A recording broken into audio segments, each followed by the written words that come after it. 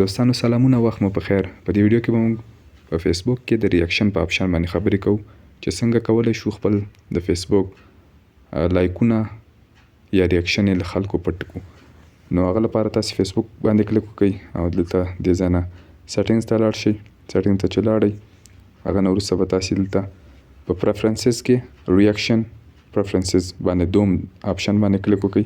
دلته هم چې کلیک وکړئ نو دلته یې لیکلي دي هاید نمبر آف ریاکشنز، یعنې تاسې مثلا استاد تاسو ته یو چا 50 لایکه درکړي دي،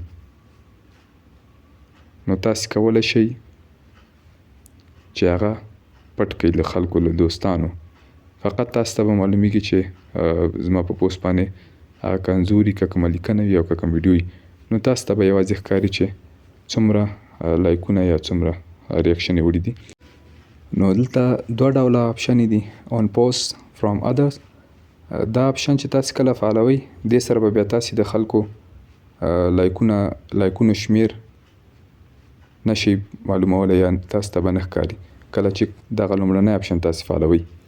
او دا دوم آپشن چې د آن یور پوسټ، دا چې کله تاسې فعال کړئ داسې، نو دې سره به خلکو ته ستاسې په پوسټ باندې هغه که ویډیو وي که لیکنه وي او که کوم منظور وي، نو خلکو ته به ستاسې د پوسټ باندې چې کوم لایکونه شوي دي یا ریاکشن عکس العمل شوی دی، هغه که د زړه وي که د خندا وي او که نور، نو هغه به خلکو ته نه ښکاري.